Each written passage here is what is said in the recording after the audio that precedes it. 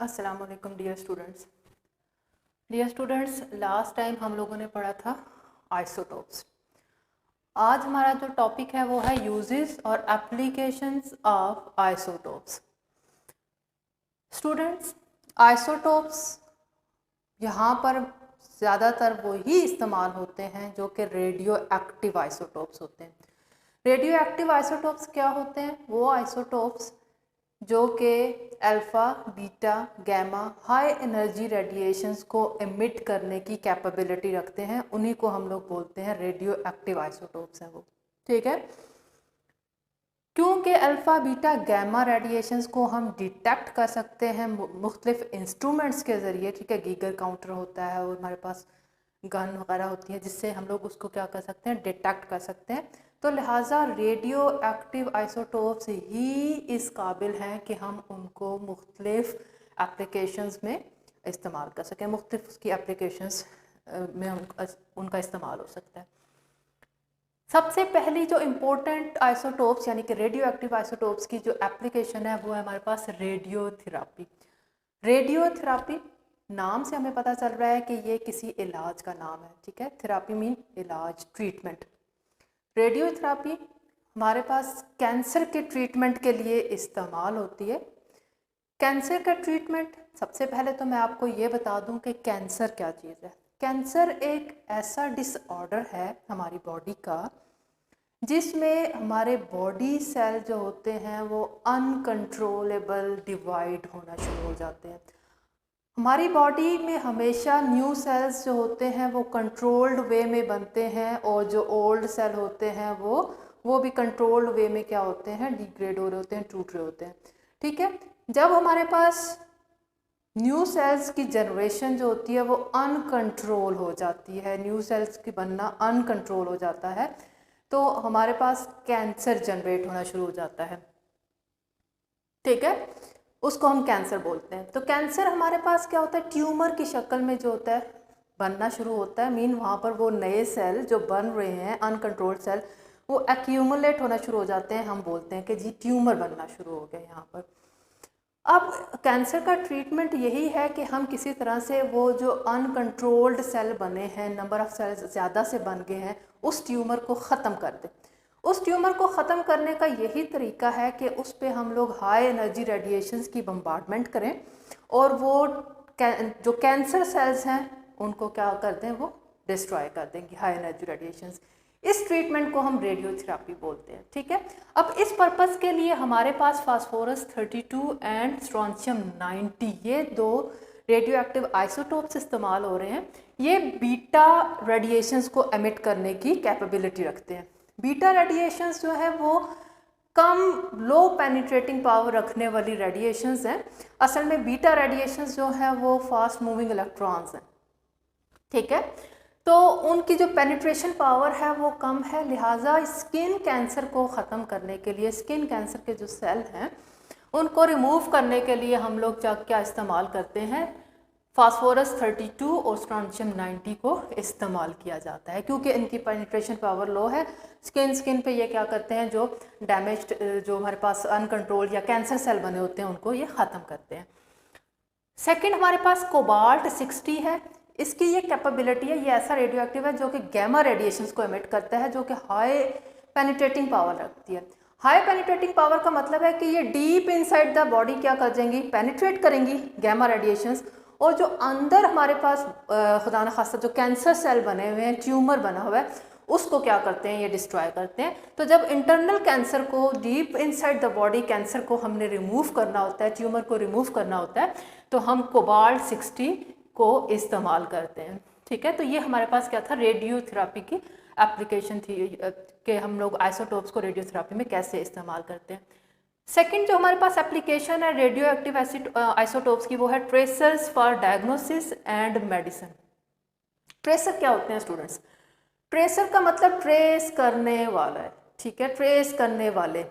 Tracer for diagnosis and medicine हमारे पास क्या होता है कि हम, क्योंकि रेडियो एक्टिव जो भी आइसोटोप होगा वो किसी ना किसी किस्म की अल्फ़ा, बीटा या गैमा रेडिएशंस को एमिट कर रहा होगा, तो और वो रेडिएशंस डिटेक्टेबल होती हैं। तो लिहाजा होता ये है कि हम लोग क्या करते हैं, वो जो अल्फा बीटा गामा को इमिट करने वाले आइसोटोप्स होते हैं, रेडियो एक्टिव आइसोटोप्स, वो क्या करते हैं जब बॉडी में एंटर कर देते हैं तो वो इजीली डिटेक्टेबल होते हैं, उनको डिटेक्ट कर सकते हैं कि वो कहाँ मूव कर रहे हैं बॉडी में, कि अंदर वो कहाँ मौजूद हैं, वो डिटेक्टेबल होते हैं। लिहाजा ऐसे रेडियो एक्टिव आइसोटोप्स को हम ट्रेसर के तौर पे इस्तेमाल करते हैं। तो ट्रेसर को इस्तेमाल करके हम लोग मुख्तलिफ डिसऑर्डर्स की और डिजीज़ की डायग्नोसिस भी करते हैं, यानी कि उसकी तशख़ीस भी करते हैं और साथ में उसका ट्रीटमेंट भी करते हैं।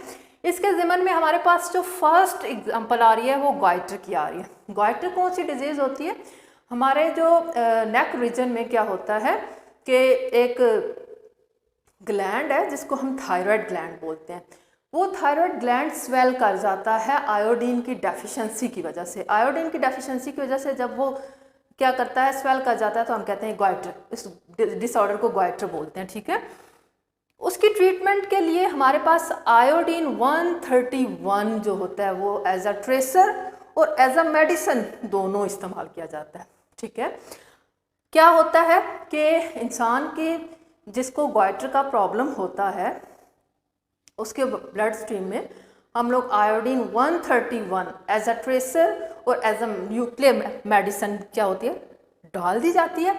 जब वो ब्लड स्ट्रीम में से जाती है तो थायराइड ग्लैंड क्योंकि ऑलरेडी डेफिशिएंट है आयोडीन के मामले में, वो फ़ौरन से उस आयोडीन को 131 को पिक करता है, ज़्यादा अमाउंट में पिक करता है। क्योंकि वो थायराइड ग्लैंड ने अब आयोडीन 131 जो कि एक रेडियो एक्टिव आइसोटोप है उसको पिक कर लिया है, तो जब वो 131 आयोडीन जो है क्या करेगा, रेडिएशंस को एमिट करेगा, तो साथ में ही वो जो एक्स्ट्रा स्वेलिंग हुई है उसको भी ट्रीट करेगा और साथ में हमारे पास क्या होगा, गॉइटर डायग्नोस भी हो गया और साथ में उसकी ट्रीटमेंट भी होगी, ठीक है।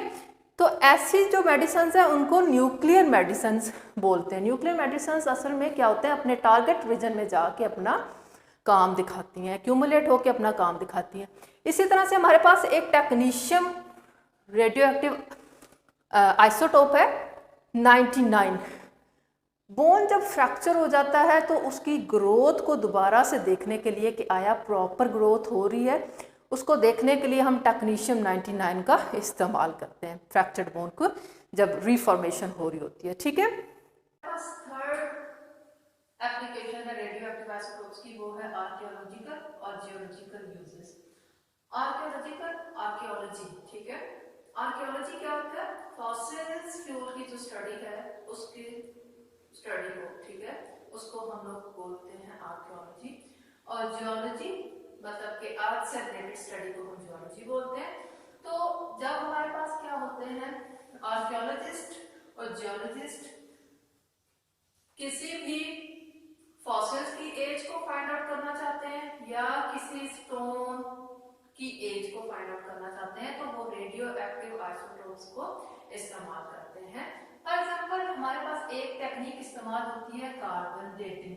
कार्बन डेटिंग क्या चीज है, determination of age of fossil. Fossil क्या है, remains of dead plants and animals, ठीक है। एनिमल्स और प्लांट्स जो मर चुके हैं उनके जो रिमेनिंग पार्ट्स हैं, चाहे वो टीथ हैं, चाहे वो बोन्स हैं या कोई और टिश्यू है, तो उसको हम फॉसिल्स बोलते हैं। उन फॉसिल्स की जब एज मेजर की जाती है by measuring the amount of carbon 14 in them, उनमें कार्बन 14 के अमाउंट की बेस पे जब हम लोग उस फॉसिल की एज फाइंड आउट करते हैं तो हम उसको कार्बन डेटिंग बोलते हैं। अब वो एज फाइंड आउट कैसे की जाती है, वो हाफ लाइफ टेक्निक की मदद से फाइंड आउट की जाती है। हाफ लाइफ क्या चीज होती है, हमारे पास कोई भी जो रेडियो एक्टिव एलिमेंट होता है वो एक खास टाइम पीरियड गुजरने के बाद हाफ रह जाता है। जितना टाइम पीरियड वो लेता है, जितना टाइम वो लेता है, वो उस रेडियो एक्टिव एलिमेंट की क्या होती है, हाफ लाइफ होती है। फॉर एग्जांपल कार्बन की जो हाफ लाइफ है वो 5730 ईयर्स है।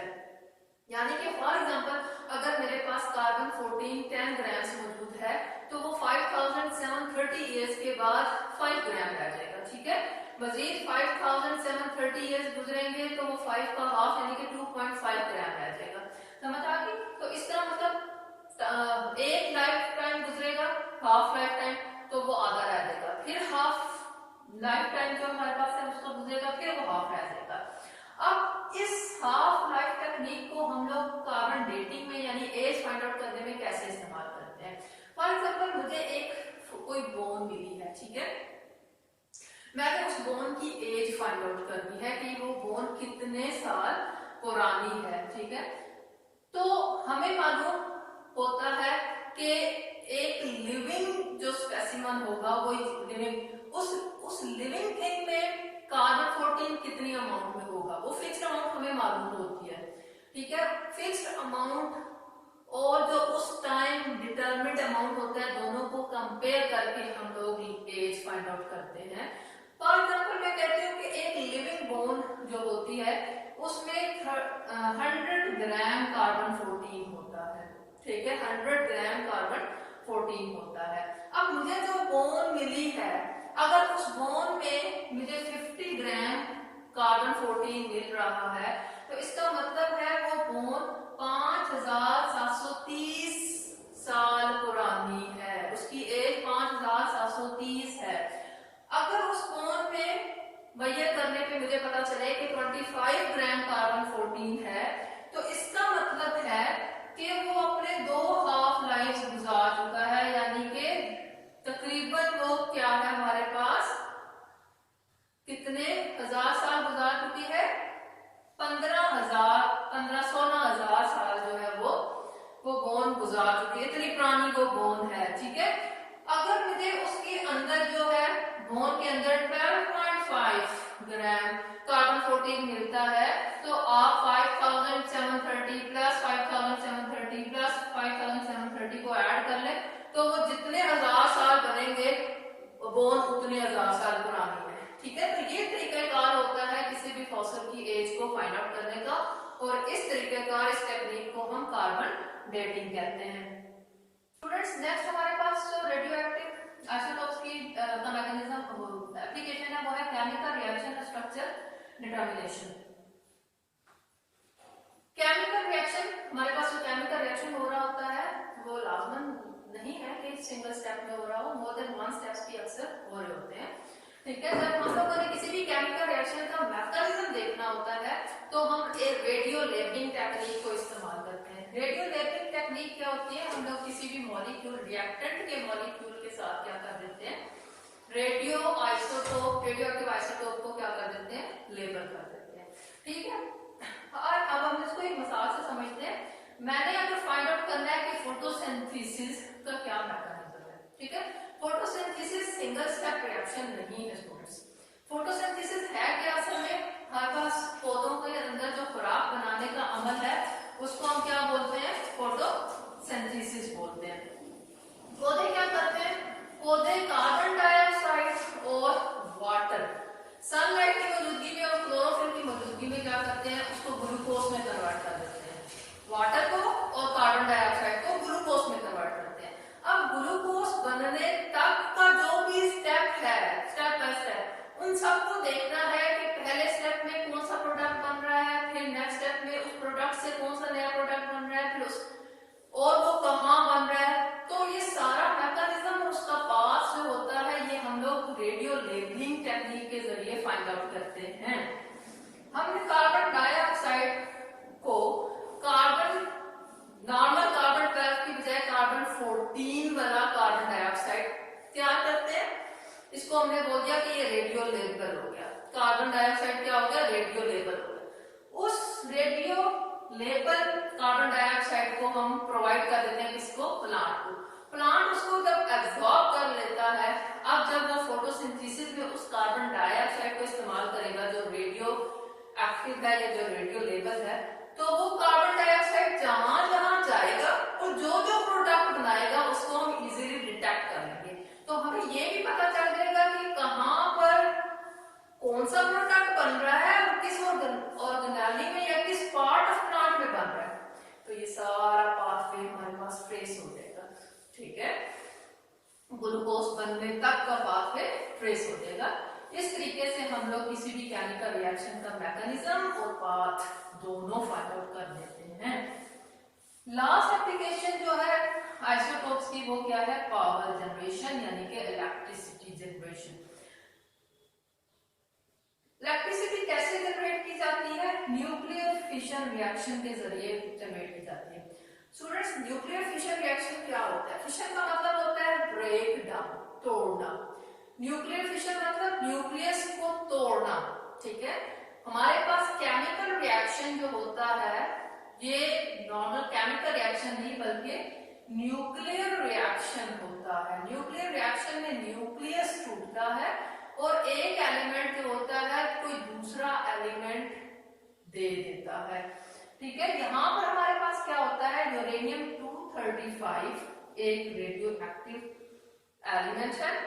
उस पे जब हम लोग स्लो मूविंग न्यूट्रॉन की बम्बार्डमेंट करवाते हैं तो वो यूरेनियम का न्यूक्लियस जो होता है वो ब्रेक हो जाता है और वो बेरियम 139 और क्रिप्टॉन 94 में कन्वर्ट हो जाता है। साथ में 3 न्यूट्रॉन्स प्रोड्यूस होते हैं और साथ में एनर्जी की अमाउंट प्रोड्यूस होती है।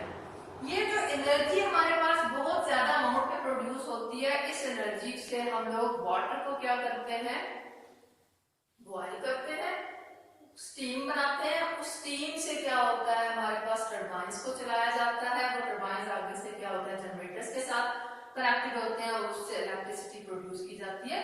तो ये न्यूक्लियर रिएक्शंस का एक पीसफुल पर्पस है, पीसफुल एप्लीकेशन है कि न्यूक्लियर रिएक्शन से हम लोग कैसे पीसफुल काम ले सकते हैं, ठीक है। तो यूरेनियम हमारे पास एटम जो है वो क्या हुआ, ब्रेक हुआ by the bombardment of neutron, ठीक है। तो हमारे पास क्या हो गया, 139 वाला बेरियम बन गया और 94 वाला क्रिप्टॉन बना, साथ में एनर्जी रिलीज हुई और साथ में 3 न्यूट्रॉन बने। अच्छा, ये रिएक्शंस हमारे पास न्यूक्लियर फिशन रिएक्शन जो होते हैं वो कुछ कंट्रोल्ड भी होते हैं, कुछ अनकंट्रोल्ड भी होते हैं। तो अनकंट्रोल्ड तो नुकसान ही करेंगे, लाजमी बात है, वो पीसफुल नहीं होते। ये हमारे पास कंट्रोल्ड होते हैं, तो एक चेन रिएक्शन स्टार्ट हो जाता है लेकिन वो कंट्रोल में होता है, ठीक है। लिहाजा उसकी एनर्जी को हम लोग पीसफुल मकसद के लिए इस्तेमाल कर सकते हैं। तो स्टूडेंट्स, ये हमारे पास क्या थी, एप्लीकेशंस ऑफ आइसोटोप्स। और आइसोटोप्स भी कौन से, रेडियो एक्टिव आइसोटोप्स। हमारे पास जो है रेडियो एक्टिव आइसोटोप्स को ही इन मकासद के लिए इस्तेमाल किया जा सकता है क्योंकि रेडियो एक्टिव आइसोटोप्स डिटेक्टेबल होते हैं। उनके मुख्तलिफ इंस्ट्रूमेंट्स हमारे पास मौजूद हैं जिनकी मदद से हम उनकी मौजूदगी कहाँ पर है उसको डिटेक्ट कर सकते हैं। तो ये हमारे पास आज का टॉपिक था। चैप्टर नंबर 2 हमारे पास स्ट्रक्चर ऑफ एटम्स जो है वो कंप्लीट हो चुका है। इंशाल्लाह इसके बाद हम लोग चैप्टर नंबर 3 स्टार्ट करेंगे। तब तक के लिए इजाजत दें, अल्लाह हाफिज।